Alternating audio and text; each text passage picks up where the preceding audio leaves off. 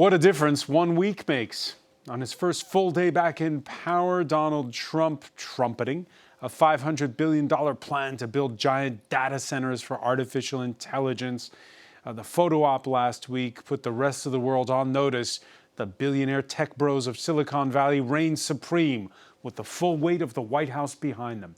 Fast forward to this Monday, and the record $590 billion drop in the market value of U.S. chipmaker Nvidia.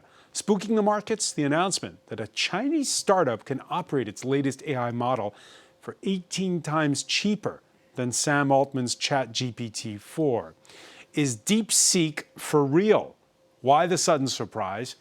If it upends America's dominance of artificial intelligence, does that mean a democratization of global information systems, or a showdown between superpowers that ultimately decides, well, nothing less than who rules the world? Today in the France 24 debate, is there panic in Silicon Valley with us?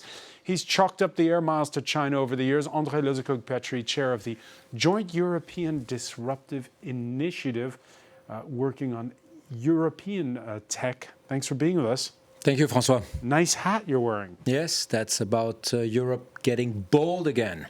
Okay. We need this. We'll see if your call is heard. Tech entrepreneur Tariq Karim is the founder of the Cybernetica think tank. Welcome back to the show. Thank you. He's hung his hat in California, but has returned to Ukraine. Yaroslav Ajniuk, founder and CEO of The Fourth Law, a startup that develops autonomy for robotics. Thanks for joining us. And it has civilian defense applications, both? Mostly defense these days. We're in Ukraine. We have to prioritize that. Thanks for having me. Welcome to the show and welcome to Paris. France 24's Peter O'Brien of Tech 24 fame is here with us to sort the wheat from the chaff. How are you? Fine, thanks. Fame's putting it a bit strongly, but I do appreciate it. Okay. By the way, it's still January, and you can still make it your New Year's resolution to listen, like, and subscribe to the podcast version of the France 24 debate. Yeah, it's the Trump-backing Silicon Valley venture capitalist Mark Andreessen who tweeted on Sunday how this was DeepSeek R1 is AI's Sputnik moment, a nod to 1957, when the Soviets stunned the world with their first satellite launch. No one had expected it at the time, and it upended the belief that the West's space race dominance knew no rival. For the Financial Times, quote, a little-known Chinese hedge fund has thrown a grenade into the world of artificial intelligence. And by the time the gavel went down on Monday trading over on Wall Street, tech giants had indeed been rocked to their core. Morgan Eyre has the story. As a new Chinese AI assistant sent shockwaves through the tech world, the US President Donald Trump welcomed the breakthrough, but urged US companies to do more. The release of DeepSeek AI from a Chinese company should be a wake-up call for our industries that we need to be laser-focused on competing to win, because we have the greatest scientists in the world. Even Chinese leadership told me that. DeepSeek's latest model is a lot cheaper and uses less computing power than other AI models. The chatbot launched onto the global stage shortly after President Trump announced $500 billion of private investment into AI infrastructure, including huge data centers. With export bans on US semiconductor technology to China, the startup said it built a product comparable to ChatGPT with less powerful chips. AI is not different from any other technology or even manufacturing processes that China had become very successful despite limited resources in the beginning. So they have been proving themselves to be able to come up with great solutions because of either innovation or even, if you say, cutting corners. The biggest casualty of DeepSeek's success was Nvidia. Nearly $600 billion was wiped off the chip designer's market valuation, the biggest drop ever for a US company. By training the AI using fewer and lower quality chips, DeepSeek upends many assumptions about the future of the technology. Yeah, Peter O'Brien, this hitting people like a ton of bricks over in the United States. First off, is DeepSeek for real? It's absolutely for real. I'm sure we've all around the table had a little play with it in the last few days, despite the privacy statement on it. Yes, and it does. I mean, just from a complete non-AI expert point of view, it seems to be as performant on a lot of tasks as the latest models by OpenAI. Okay, we've also seen that you can't ask it certain questions about sensitive topics in China. We'll get back to that. I'm sure we'll come to that, but of course, it is performing on many benchmarks at a similar level to the top models that are out there, and that includes for its specific reasoning model, which is R1, close name to ChatGPT 01, which is ChatGPT's reasoning model. This is these actually think through problems before they provide the answer to you. And what's unique with DeepSeek is that actually shows you how it's thinking through the problem before giving you the answer. So it is. So it's not hanging on to the secret sauce. It's making it open to everyone. Yes. I'm assuming you mean by making its weights open. Yeah, that's right. That's one of the powers of this, is that any other company is now going to be able to deploy this and use it. And I think that's actually one of the reasons that a lot of the tech companies that, yes, you said were routed in that opening day of trading this week are now recovering a bit, because for a lot of them, they're going to be able to put this to good use as well. Yeah, it's the last time we were discussing artificial intelligence, André Petri, we were talking about the two key ingredients. You need a lot of data and you need a lot of energy.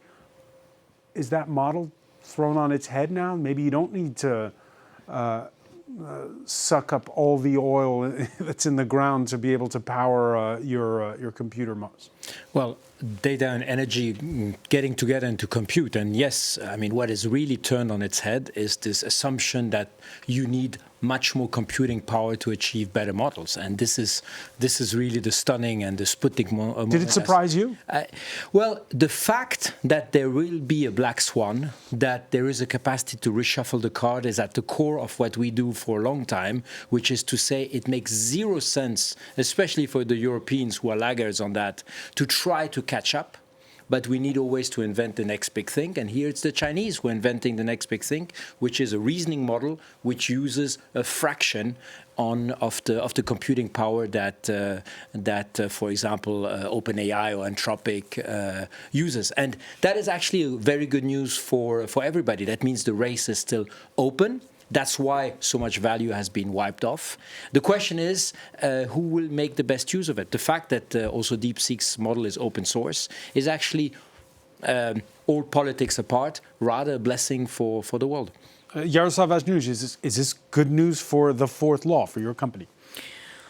Well, I think this is very important news for the whole industry. And I think, previously... Is it good news? I'm not sure yet. Previously, we were thinking that, data, compute, and algorithms are the three most important driving forces between sort of general purpose AI, generative models. And this was a breakthrough in algorithms, if anything.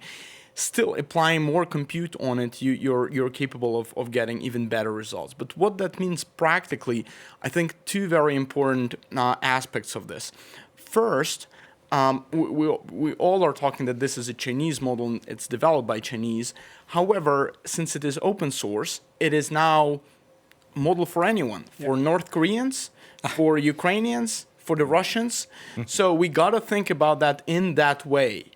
And the second very important aspect, and look, I'm dealing with defense technology, right? We're making drones equipped with AI. We're equipping any FPV drone with AI so it can do its mission on the battlefield and destroy Russian invading forces on Ukrainian land.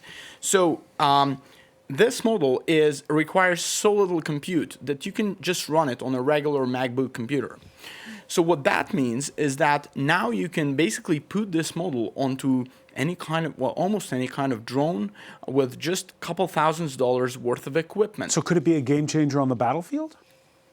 Not immediately, but over the long term, we're seeing a whole lot of different factors, not necessarily these generative complex AI models, but also techniques like computer vision and reinforcement learning for control, which allow robots to be fully autonomous. And full autonomy increases the capabilities of these very massively used FPV drones by about a factor of 10,000 times. So FPV drones, which are already causing about 60 to 80% of all the casualties on battlefield, replacing artillery as the god of war, they are about to become about 10,000 times more potent on both sides, and this is something that will be happening by the end of this year. Implications of that are huge. And again, we get back to this issue of less energy. Is bigger better? Following the Silicon Valley model, demand for cheap energy is so high that Microsoft, partner of ChatGPT as a parent company, last September announced the reopening of the 3 Mile Island nuclear power plant in Pennsylvania. It's the scene in 1979 of the worst commercial nuclear accident in U.S. history. That was last September. Tariq Krim, we were told, well, this is the way it has to be because you need this for AI. Were you surprised then, or are you more surprised now? I think just to follow up on what Yaroslav said, I said it's either a Sputnik moment where, in reference to the fact that suddenly the US had definitely lost its edge, or it could be a Kalashnikov moment where basically, as you said, anyone can use a high-end technology embedded, embargo-proof, that you can put and do what we call hybrid warfare, where you actually do disinformation, cyber attacks, etc. So it's true that this unleash is quite interesting in a way that is also, first of all, about the energy. The problem with the US is that it's a 21st century industry built on a 19th century grid. So, since Reagan, they only built 2 nuclear plants. The electricity grid is a problem. According to Gardner, in 2027, there's not enough power to go. So this is, in some ways, a very good news for people who want to push, because building the energy is going to be harder. Building a nuclear plant is way longer than actually building a data center. So we'll see. But if I just want to go back to what it actually means, is that the model that has been in play, it's very funny because we did a similar play to Google when I started my company, Jolly Cloud. With basically the amount of budget they have for the launch of their team, we built the equivalent of what they were building within. Sorry, the amount of budget they had for a few millions, we built something they spent billions out. And the reason we did that is we had a very small and focused team. And exactly the same way as what happened with DeepSeek, instead of using the state-of-the-art chip that was expensive, we decided to try to use a very small chip nobody wanted, and we made it work. And suddenly it was a game changer in our industry. We got hammered after by Google, who actually bought every chip in the world to prevent us from keeping up. But if you look at what's happening in China at the moment, they're using, people are not paid that much, like maybe paid a tenth of what they're paid in Silicon Valley. They're using super last generation chip, and they make it work. I think the US has been way too comfortable by spending too much money, and also believing that if we do something, we're going to build to make it a monopoly so no one else can come in. And the best news out of DeepSeek, beside the fact that it's very cheap and it opens up for everyone to build. And so what's left of Donald Trump's $500 billion announcement from last week? Well, it can make it for $5 billion now, maybe. Was it even going to be $500 billion in the first place? Or was that a bit of a marketing play? We don't even think there was. We're not even sure there was 100 billion, let alone 500. You probably heard that even Elon Musk actually questions the capacity of the 3 gentlemen that on the picture, my son, Larry Ellison and Sam Altman, to actually finance the 500 billion. Let's be also a little bit cautious. What I don't hear a lot in this story is that the timing of this announcement, this is hybrid warfare. 7 days after Trump's inauguration. This is absolutely not a coincidence. You would do you would like to undermine the power, the big bet that the US president made on American power, which is actually what he does since he has been elected. And the fact that 600 billion was wiped off from, and a trillion in total from NASDAQ, is a first act of hybrid warfare from the Chinese. I don't think at all. Why? Because you think it's a bluff, that it's disinformation? No, it's not a bluff. It's not hybrid warfare. It is in the fact that the timing of the attack. It's not nefarious. Well, the timing of the strategic. attack is the timing very was strategic. Yeah. And it has attacked the U.S. financial system, putting a lot in doubt of this incredible growth story for the past 6 years. Yeah, but what if they release? And it's also, and one point I want to stress: we all hear. I heard 18 times in your documentary. Sometimes you hear 10 times. Some estimate it's actually also only 2 or 3 times more efficient. Let's exactly see, because we've heard a lot of announcements by the Chinese that we're mixing reality and promises. So we are not 100% sure exactly of how much energy. Let me ask you, Tariq Krim, let me ask you, because in the US, just for our viewers, there's what's called the Magnificent Seven, which are these huge tech companies. I'll list them: Apple, Microsoft, Amazon, Alphabet, which is the parent company of Google, Meta, parent company of Facebook, Nvidia, and Tesla. Broadcom now is also now it's called the Batman because it added a new $1 billion value, $1 trillion value. Sounds like DC Comics. But let me ask you then, the Sputnik moment in 1957. In the end, it was the U.S. that still landed a man on the moon the first. Is this going to play out the way Sputnik did? Yes, there'll be competition, but in the end, the U.S. will prevail. I think it's probably the wrong, even if I use it, it's the wrong way to describe it. I think in 2004, Google announced how they built the infrastructure. Before, to build anything on the internet, you had to build these massive servers and this super expensive Oracle database. And what they did, they said, we're going to buy computers off the shelf and create a grape of computers. That was the premise of what we call now the cloud. And instead of having to spend millions in hardware, we're going to use very cheap device. But you need the hardware. We just talked about nuclear power plants. But the question is, which hardware do you know in computer science, the hardware goes always faster than the software. And some people feel very comfortable. It doesn't matter to optimize because something better, bigger is going to happen. And if I need, I'm going to go and see the investor and say, I need 100 billions to do a data center. The reality is, if you take the time and if you don't have access to these devices, that's also the interesting thing is because of the embargo, most of the latest chips are not easily accessible. They are, but now we see China building their own chips, their own competitors. They're shipping a competitor to Nvidia, to the University of Moscow. They're doing their own chips now for inference. So the way, when you ask a question, so suddenly the economics of the US is just plain more low. Someone will do it cheaper and will take the time to do it cheaper. In the US, nobody had in mind the idea of making it cheaper. So Yaroslav Ajniuk, is the lesson here that the United States, by sanctioning China, by reducing the amount of sensitive technologies it trades with it, has it in fact helped it by forced this innovation that Tariq describes? Well, first of all, in the defense of Donald Trump and folks at OpenAI, I wouldn't be so skeptical about them actually investing $500 billion into this. And Satya Nadella already confirmed that on his end, and I think Masayoshi Son as well, and Sam Altman. So I think they do have funding secured. On another side, definitely on one hand, it does signal to China that, the business as usual is sort of over, and China has to do more to rely on their own homegrown technology, as it signals, in fact, to Europe, that Europe has to rely more on its own homegrown technology. We in Ukraine, we sometimes think like we're living in this sequel to the Don't Look Up movie. Okay, so people, they're so used to this sort of optimism and intellectual dishonesty, and everyone tries to think that somehow everything is going to be all right, okay? And I think we should be freaking out. Everything is not going to be all right. China is far ahead in AI compared to Europe.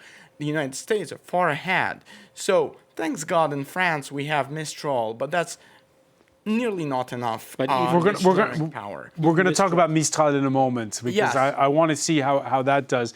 But let's come back to a point that you alluded to and that you spoke about quite bluntly at the beginning of our show, Peter. What does artificial intelligence made in China look like? As Chinese state media released footage of DeepSeek founder Liang Wenfeng deep in conversation with Chinese Premier Li Qiang. I don't know if that's part of the hybrid warfare there described by André. Western media outlets have been testing the bot's boundaries. The Guardian had to find workarounds using different coded letters to get straight answers to questions like what happened at Tiananmen Square in 1989. The Reuters news agency asked who's Ai Weiwei? That's the outspoken and exiled dissident Chinese artist. And there you see what you have. So first, it starts to answer you. There you go. Nice big long answer, quite accurate, right? And then suddenly something happens, and you'll see in a second when he starts to move the mouse there on the screen. He hasn't touched anything, and woof, sorry, that's beyond my current scope. Let's talk about something else. They tried the same thing on questions on things like Taiwan. So just because that's what's happening now, if this is open source, Peter O'Brien, can't we in the West correct that? Yeah, that's a really interesting question because it appears to be a hard-coded just censorship of a few key topics. And we've actually seen this, funnily enough, with OpenAI, but when it comes to certain individuals who are, I can't remember their names now, but there are various privacy researchers and activists. And there was a news story a few weeks ago that we talked about, which was some of these names would just cause ChatGPT to stop responding. And we don't really know why, but we assume there's, at some point in the company, someone will, either have a freak out and say, we need to make sure these names don't appear in case they, pull up information that those people have perhaps published and they don't want to have a lawsuit over. In this case, it's very early days. I've not seen anything so far as to if anyone's been able to pull up the weights and see if there are specific things that have been censored in the weights. I don't think that we found anything on that. In any case, to remind our viewers that it's technically not open source because you can't see all the data that it's been trained on, but it's open weights, which means you can see the parameters that it's been set to. So there's always somebody controlling something, Tariq. Well, what's interesting is you have the DeepSeek model and the DeepSeek method. The DeepSeek model, it's a Chinese model. There's a new one that came out just today, so there's going to be tons of them, but it's a little bit scary. But the DeepSeek model is a big questioning for like countries like France. I mean, you mentioned Mistral, you mentioned the vision of AI. One of the questions is the engineers of DeepSeek were paid 1/10 of what they're paid in Silicon Valley. They're using second generation of chips, even if they had a few new ones. I believe we have similar budget and similar quality of people. I think the question is, do we build to copy the gigantism of Silicon Valley and building unbuildable models? Or do we create smaller, different approach? And that's an essential question because it's the question of which is spooking us here in Europe more. What's happening in China or those images of all those tech titans in the front row last week at the inauguration. They were sitting in front of elected officials. They were sitting in front of foreign dignitaries at Donald Trump's inauguration last week. That sets the tone. The 32-year-old boss of French startup Mistral took aim at Silicon Valley later last week in a panel discussion at Davos. I think we need to make sure that the AI we're building, the industrial revolution that we're all building together, doesn't end up being controlled by 3 US players. Because if that's the case, the digital divide that we've been observing is just going to continue to grow. André Lezecoq-Petry, again, I don't know what he would say today after this DeepSeek announcement, but would he be saying it's a good thing that it's not those 3 giants from the United States? Well, I think we need to leave Arthur Mensch talking. He's an exceptional scientist, but I would question a lot of the strategy. I mean, what we are basically seeing today is that we are in a century of strategy. The Chinese have a strategy is to, to optimize under constraint. And by the way, it should be a lesson for the US. They already had the lesson once with Huawei. They banned Huawei. 3 years later, Huawei developed a chip and an OS that everybody thought it would be impossible. Now they have their own mobile phones, independent, which means the NSA cannot listen anymore. But that's another point. And here, the French have been so obsessed, I call that the Stockholm Syndrome, by doing as the big US giants. Stockholm being, we love to hate them.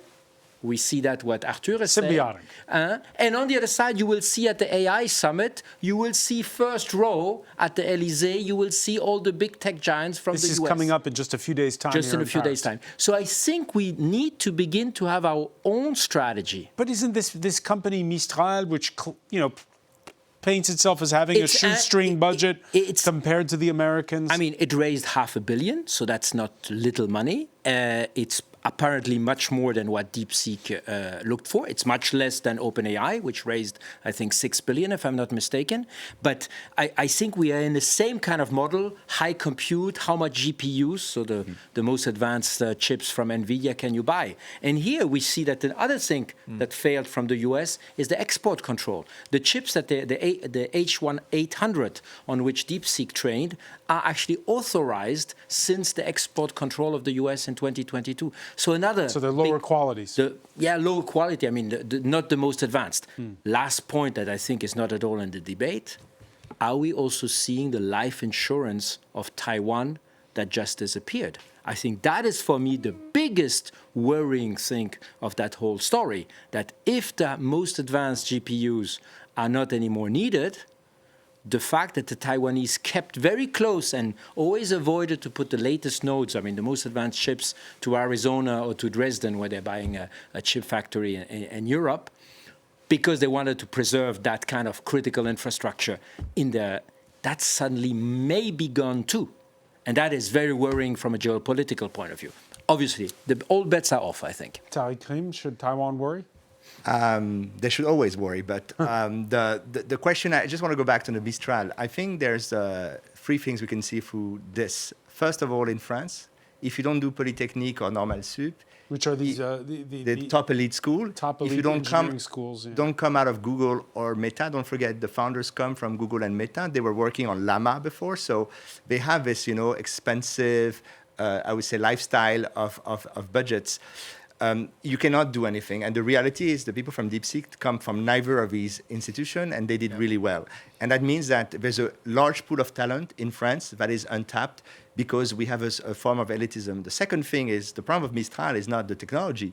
They have no product. DeepSeek is number 1 on the App Store in America. I want to repeat, DeepSeek is number 1 in the App Store in America. It's unbelievable. In France yesterday as well. I don't know if it's gone up to first. Yes. It was number 2 in France. Number 2 in France, yeah. And So the question is, if you have a technology and a savoir-faire, and that's the value of the company, if someone comes with a better savoir-faire, your value is 0. If you have a product, your value is the product. I still use ChatGPT. I intend to use ChatGPT because I believe it's a great product and it won't disappear. And that's the problem in France. We are very much in the conceptual thing. And the last thing is we have a chip manufacturing industry in Europe that should be able to do what Huawei and all these companies are doing. Where are this? You talked about strategy. You're absolutely right. There's no vision. Nobody in Europe believes that we can build the chips for the inference, the non-intensive part of the AI. But we should. And we should have done that 5-10 years ago. So, Yaroslav Vazniuk, what advice would you give a company like Mistral? Yeah, well, I'm not sure I'm clearly in a position to give that advice, but I have give us the outside some thoughts, some higher level thoughts on advice to Europe as a whole and to Western civilization as a whole. Well, first, our autonomous FPV drones. The drone costs about $5,000, and it can do work of a Javelin or NASAMS, which take down a main battle tank.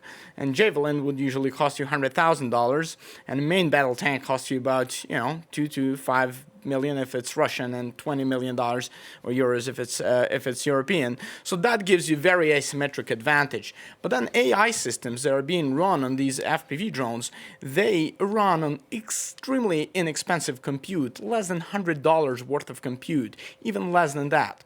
So that is something to notice. It is not always about the strength of the compute. It is about the product thinking and how you can apply it. And that is what DeepSeek has demonstrated. So what does Europe do to develop that favorite Exactly. catchphrase of Emmanuel Macron, strategic autonomy? So I would not agree that Europe doesn't have a plan. The plan was presented by Mario Draghi. That's a plan of, if I'm not mistaken, at 800 billion euros or something like that. And that's a plan not how we win.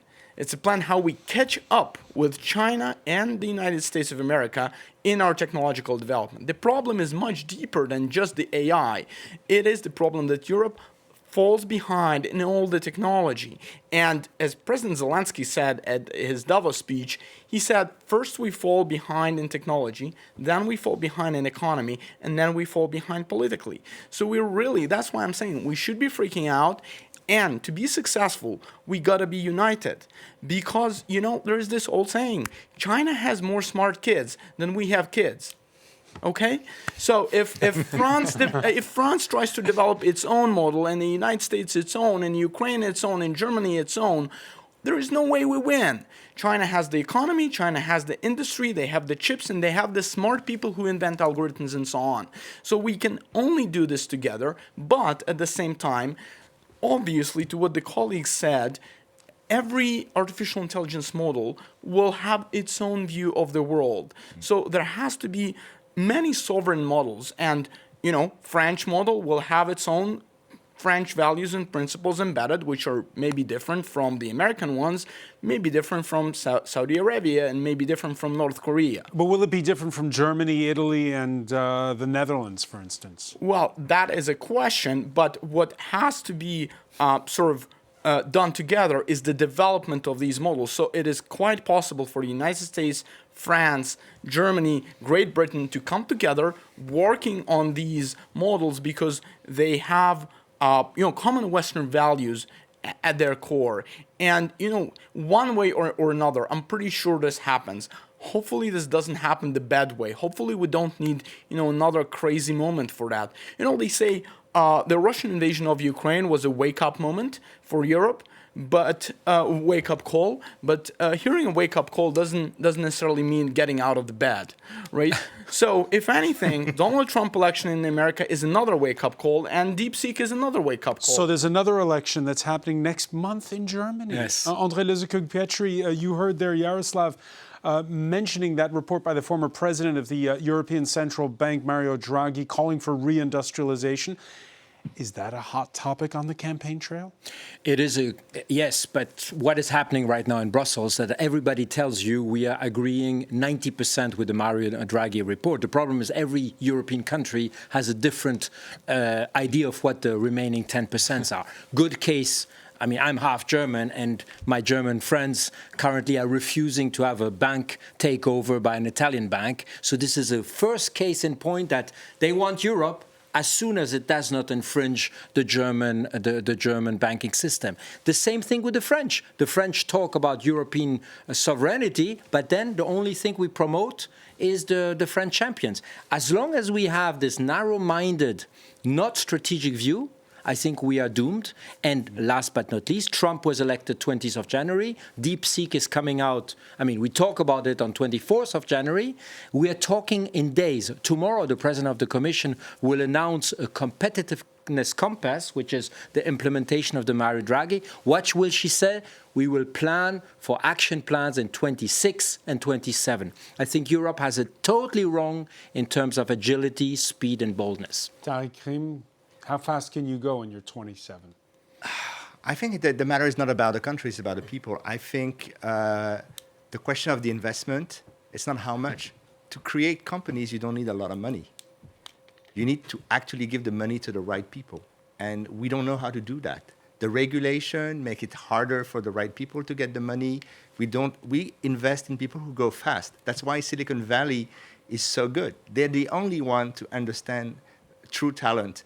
That's why a lot of people are actually leaving Europe to go to the US, not because they want to leave the US, it's because for the first time they talk to people who value their talent. We have a massive problem. The elite is completely disconnected from technology. They believe technology is an industry. You put some money in this place and 5 years later we'll have a champion. It doesn't work like that. And I think in a way, what happened with Mistral and with DeepSeek is that in France we said, oh, we have such great kids and they're super smart and we're going to put money and in a few years we'll have a champion. And suddenly what we see is people in China are hungry for technology all around. What I see in Ukraine is the forefront of what the world will be. It's a digital warfare. Out of necessity, there had to be so much invention. A friend of mine in Ukraine told me if we had to wait for approval from NATO, the app would never be. We did it in a few weeks. Now the rate of innovation, correct me if I'm wrong, is about weeks.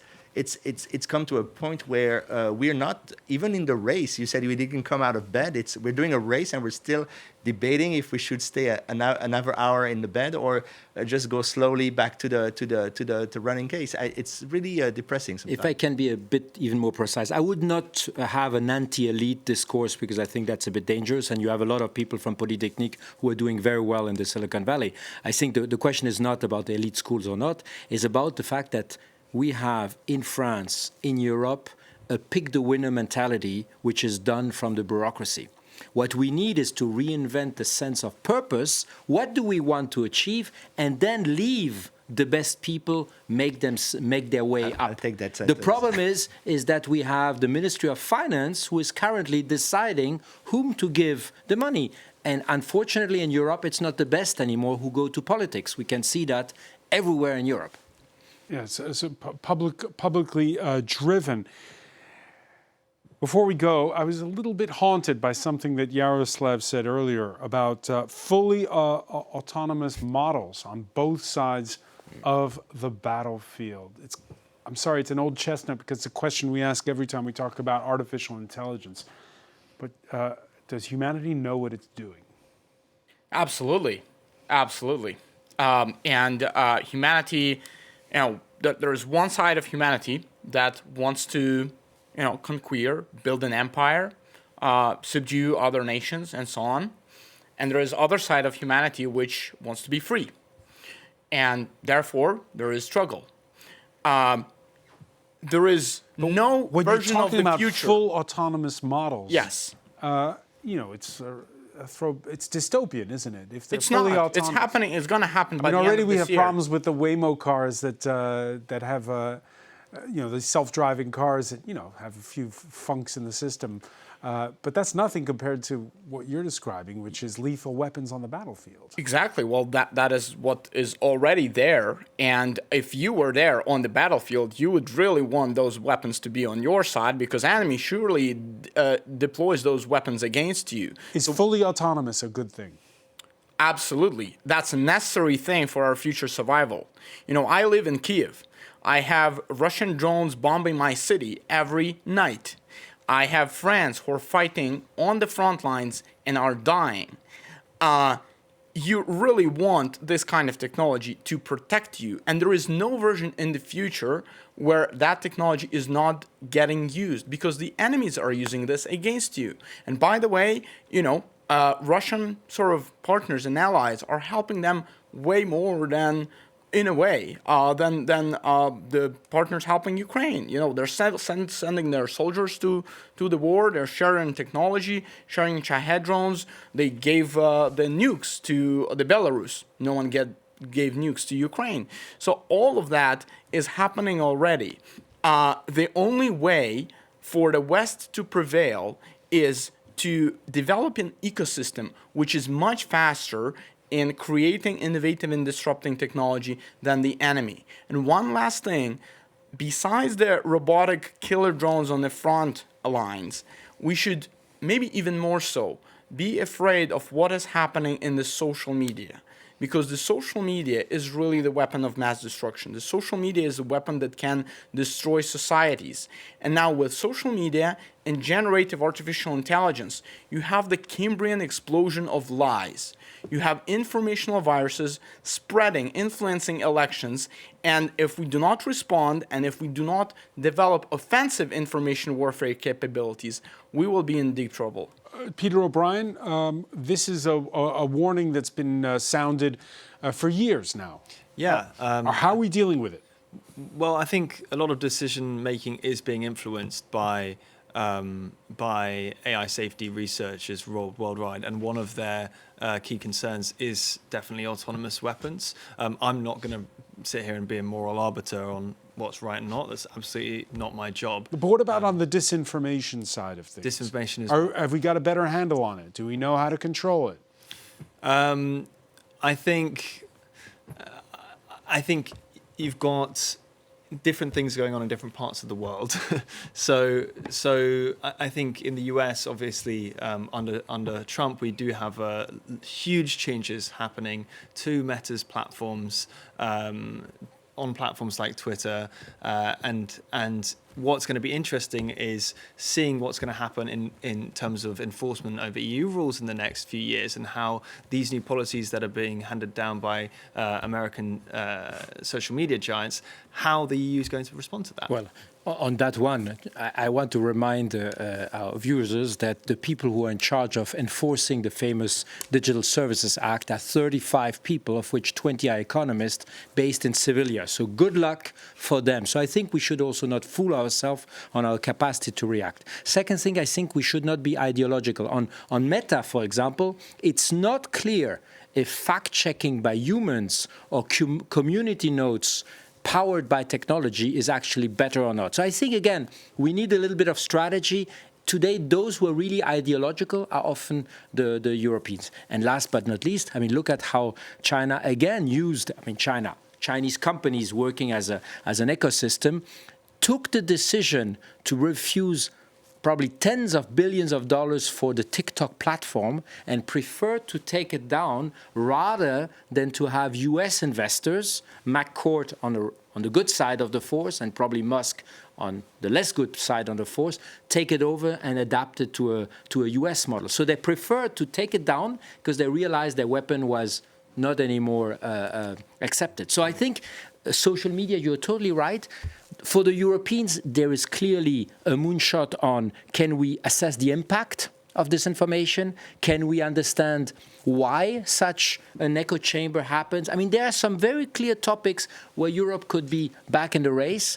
And I'm just very, very annoyed that policymakers, but also investors, don't see that it's the way forward. Just, sorry, to bring it back to DeepSeek very quickly.